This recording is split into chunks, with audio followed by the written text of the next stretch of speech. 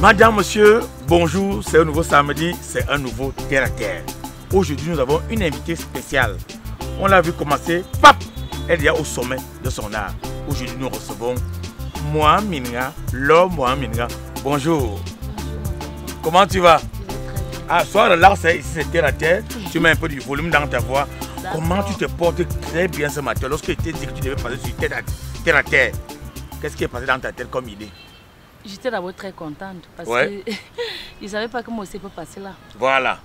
Parce que terre à terre, au-delà de moi. C'est le sommet. Oui, voilà. Il faut donc comprendre que quand on fait dans quelque chose, il faut bien faire ça.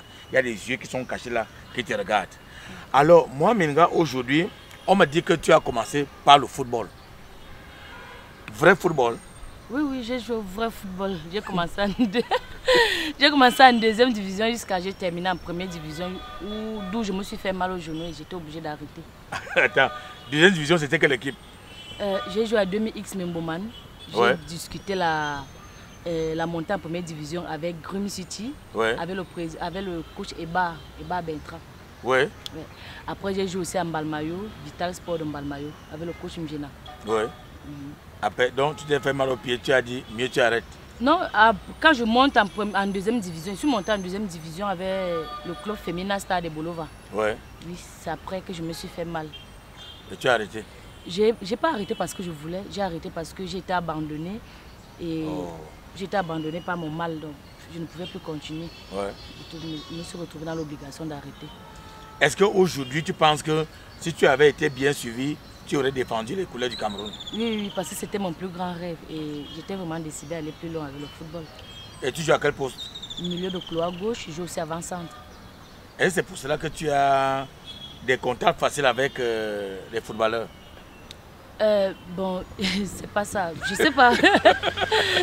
Bon, on peut dire ça parce que je suis d'abord, c'est même pas seulement pour ça, c'est parce que je suis d'abord très sympa, je suis quelqu'un de très posé. Donc, j'aime toujours me rapprocher des gens bien. Parce que les gens disent là que si tu veux voir un lion, non, mets-toi derrière l'homme, Moa Minga. Non, mais c'est juste parce que je suis sympa. Ce sont aussi les gens sympas. Alors, dès que tu as fini avec le football, parce que c'était compliqué, tu as embrassé un autre métier ou bien directement tu es tombé dans la comédie? Non, quand j'ai arrêté le football, je me suis retrouvée en train de travailler dans les snack bars parce que pour moi, j'étais vraiment abattue. C'était chaud quoi? Oui, je me disais que c'était fini comme ça pour moi, donc il fallait que je cherche le plan B pour m'en sortir dans ma vie. Et en plus, j'étais en relation avec un monsieur. Donc du coup, je suis partie habiter chez lui et j'ai commencé à travailler dans les snack bars. Lui partait à l'école, il partait enseigner. Et après, je suis rentrée à l'école, j'étais obligée encore de rentrer à l'école. J'ai d'abord laissé les bars. Rentrer à l'école jusqu'à... Il fait l'école, tu fais l'école? Oui. Et après, jusqu'en première, c'était plus fort que moi. Je ne m'en sortais pas, il fallait que je prenne soin de moi. Je suis tombée enceinte, il fallait que je prenne... Du même gars là, non? Oui, du père de ma fille. Et après? Et après, lui, il a eu les IDE et moi, j'ai échoué la police parce que j'ai essayé de faire la police aussi. J'ai échoué, après lui, il est parti. Dès qu'il a fait 3 ans, il a dit qu'il ne suit plus son genre de fille. Il m'a lâché. Il m'a lâché et après, je suis rentrée donc maintenant dans les bars parce qu'il fallait vraiment que je prenne soin de mon enfant et de moi.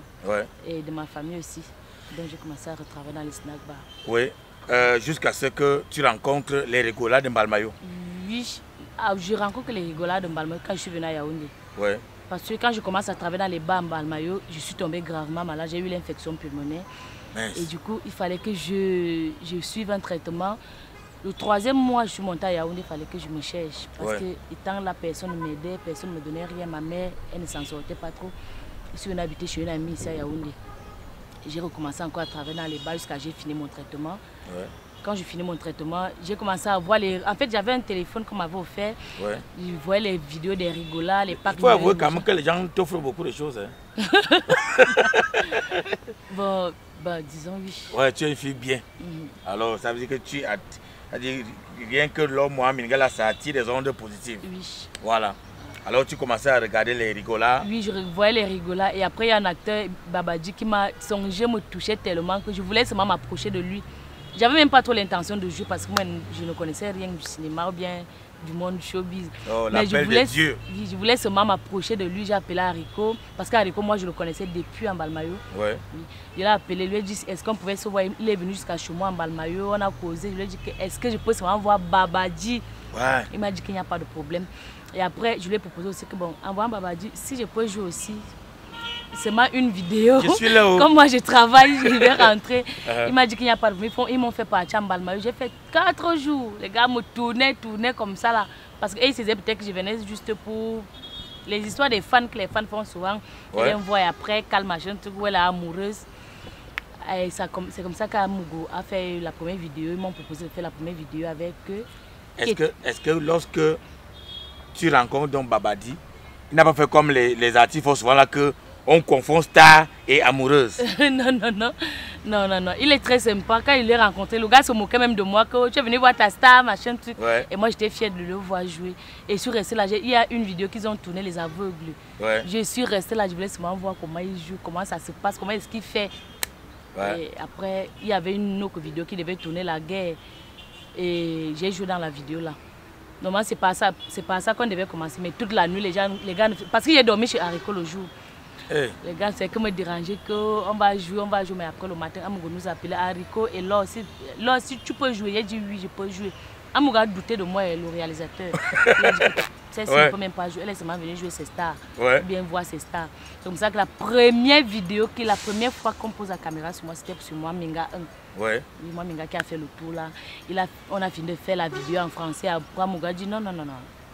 Non, parce que Haricot était fâché de son côté, moi aussi j'étais fâché. C'est comme ça qu'on s'est insulté à Mbeti. Amugo a dit qu'on recommence tout à Mbeti. Voilà. C'est comme ça qu'on a donc fait la vidéo après.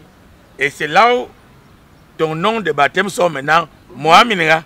Et moi je ne m'attendais même pas. Moi je suis venue à Yaoundé rencontrer parce qu'on m'avait mis à renvoyer où je travaillais dans le snack. On m'avait renvoyé, il fallait que je cherche un autre snack où je devais travailler. Ouais. J'arrive, déposer les dossiers.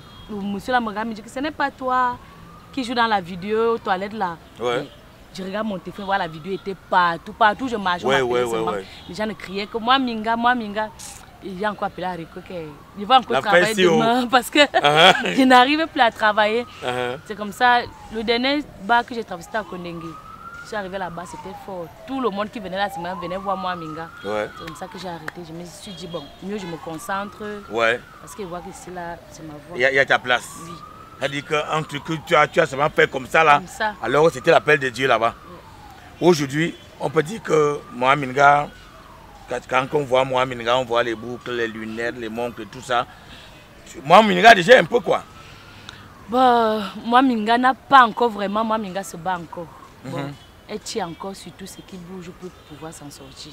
Tirer sur tout ce qui bouge. Ça veut dire que partout je vois la caméra passer, je suis devant. Ah d'accord. Et maintenant, tu as beaucoup de contrats, hein? Les contrats, non, pas vraiment. Ouais. Le seul meilleur contrat que j'ai eu, c'est de Karimo, que je remercie vraiment beaucoup. Voilà. C'est le seul meilleur contrat que j'ai eu. Comment se fait la rencontre avec Karimo?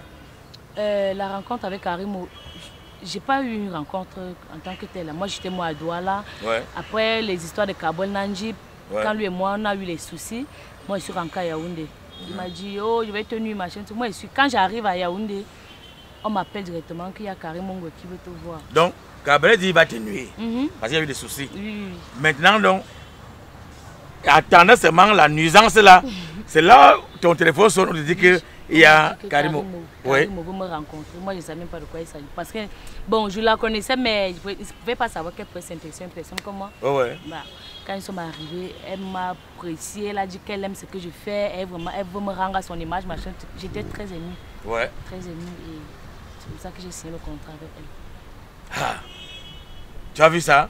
Dans ta nuisance, tu attendais la nuisance, maintenant c'est Jésus qui t'appelle. Jésus qui m'appelle. Bon, voilà. Et aujourd'hui, on t'a vu faire des featuring avec beaucoup de personnes. Hein. Ça veut dire que tu es fier de ton talent? Tu es consciente même de ton talent? Oui, je suis très consciente de mon talent. Oui.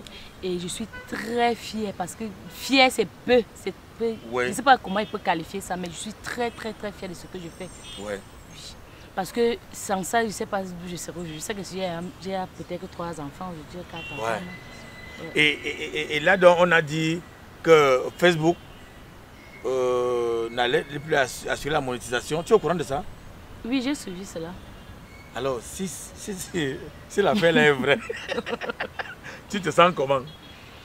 C'est pas ça qui va m'empêcher de travailler parce que moi j'ai mon but dans le cinéma. Mon but ce n'est pas sur Facebook. Mon but c'est dans le cinéma. Et moi j'ai vraiment une vision plus loin que être ici au Cameroun. Aïe! Ouais. Tu vises fort fort? Je vise fort, mais on peut juste le Seigneur de nous aider. Alors, lors de la dernière édition de Canal d'Or, on me dit que tu as beaucoup pleuré. Est-ce que tu ne vois pas que ça t'a beaucoup aidé? Ouais, parce qu'on ne t'a pas donné le trophée. Bon, j'ai beaucoup pleuré. Ouais. Je n'ai pas pleuré parce qu'on ne m'a pas donné le trophée. Ouais. Déjà, j'étais très émue. Oui. Très émue de me retrouver nommée, on dit quoi, nommée ou nommée dans les mêmes catégories que Mintumba, parce que moi j'ai mes idoles dans le monde du showbiz. Il y a vous d'abord, monsieur Edoudou, vous êtes mon idole. Il y a Zach, il y a donc les Mintumba. Quand je me suis retrouvée dans une même catégorie, nommée dans un même festival, que j'étais très émue. Ouais. Et après je suis arrivée, je n'arrivais pas à croire. Ouais. Mais quand même j'ai vu mon nom quand on disait que les nommées meilleures comédiennes, quand j'ai vu ma photo, c'est ça qui m'a fait... Ouais. C'est vrai que j'aurais aussi aimé gagner, mais c'est pas seulement ça qui m'a fait pleurer. Oui, et lors de cette soirée, tu avais une tenue là, les gens criaient sur ça fort. Oui, c'est l'habitude des Camerounais. Ils trouvent toujours du négatif dans tout. Ouais. Le Camerounais sait critiquer, il ne sait pas apprécier. C'est ça. Il ne sait pas aimer. Voilà. Alors, tu sais que l'homme camerounais, il y a beaucoup de tonnes au Cameroun. L'homme étonne même quand il veut te dire bonjour, c'est insultant. C'est comme ça que le gars lui manifeste son amour pour toi. Donc, c'est pas grave. Est-ce qu'il t'est déjà arrivé de faire une sortie sur Facebook, après tu as regretté? J'ai jamais fait une sortie où je regrette. Parce que je ne fais pas les sorties comme ça là. Ouais. Avant de faire une sortie, j'ai mon équipe, je consulte d'abord mon équipe et je mesure d'abord l'ampleur de ce que je vais dire, de ce qui va sortir de ma bouche. Ouais. Donc, je ne fais pas les sorties n'importe comment. À chaque fois que je fais une sortie, c'est que c'est moi, j'ai décidé, je sais de quoi je suis capable. Bon, je sais de quoi je veux parler. Voilà. Je suis consciente. Oui. Voilà. Est-ce que tu as souvent fait du buzz pour du buzz? Moi, je n'ai jamais dit que je vais faire du buzz. Ouais. C'est que je me dis que c'est mon moment, bon, c'est Dieu même qui sait ce qu'il fait dans moi. Ouais. Parce qu'à chaque fois que moi je fais une sortie, je ne mets pas ça dans le cas. Moi je fais ça proprement. Ouais. Et après les gens prennent toujours ça et ça fait du buzz. Donc c'est pas moi. Est-ce que chaque fois que tu fais une sortie, tu dis toujours la vérité et tu assumes ce que tu dis? Oui, oui. D'accord. J'assume. D'accord. C'est pour ça que je dis, je mesure d'abord l'ampleur de ce que je vais dire. Ouais. Donc quand je sors mon mot là, je suis quelqu'un de très vrai dans ma vie. Voilà. Voilà. Quand je dis quelque chose, c'est que je sais de quoi il parle. Je ne veux pas répéter.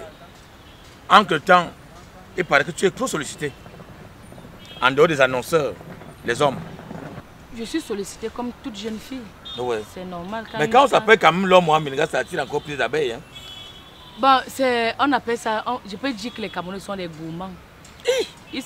Quand ils te sollicitent, ce n'est pas parce qu'ils veulent venir t'épouser. Nous, on connaît ça. Ils te sollicitent parce qu'ils veulent se m'entendre que non, moi, Minga, moi aussi, je suis sorti avec moi, Minga. Bien, j'ai eu le numéro de moi, Minga. Ouais.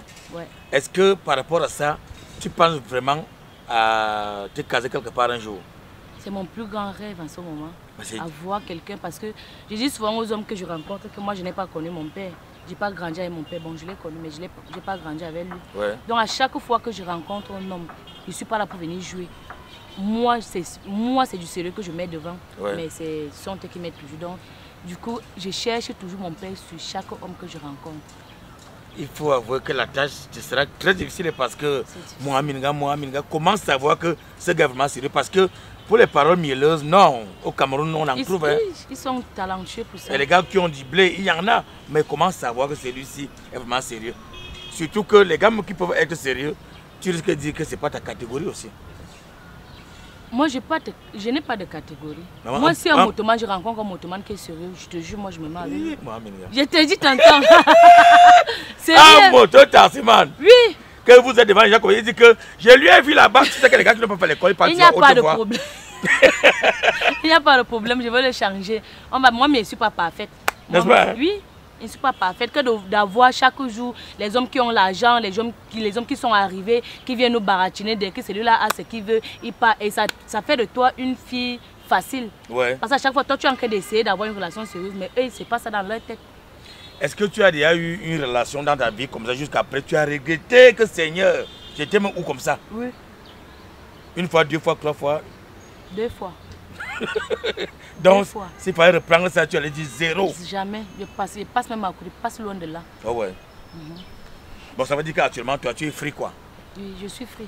Voilà. Très free même. Donc, vous qui vous bombez le torse là-bas dehors, là, que, oh, moi, Meninga, c'est pour moi, là. Vous avez entendu, non? C'est-à-dire que c'est là. Voilà, voilà, c'est ça. Alors, les projets? Oui, en fait, pour le moment, je ne peux pas Parce qu'on a vu quelque chose qui passe sur les réseaux sociaux, là, c'est la patronne. Oui. Mais ça, c'est bien. Hein? Merci, tonton. Ça, c'est pour une première sortie comme ça, là. Les gens ont beaucoup apprécié et continuent d'apprécier cela. Alors, on a donc d'autres projets qui arrivent? Oui. Pour le moment, je suis encore sur le projet de la patronne qui est dehors là. Mais après, dès que je finis, j'ai envie de me lancer sur un long métrage. Soit un long métrage, soit une série. Mais ce sont encore les moyens qui nous manquent encore. Est-ce que si moi, Meninga voyage maintenant, elle va dire merci Seigneur, elle ne revient plus? Non, je ne vais pas dire non. Je ne vais pas dire merci Seigneur parce que déjà, j'aime mon pays. Voilà, j'aime mon pays et sincèrement, moi je me sens mieux ici là. Mais ça ne veut pas dire que je ne peux pas aller ailleurs. Si on part, c'est pour aller acquérir les connaissances là-bas, venir avec ici. Et c'est mon rêve.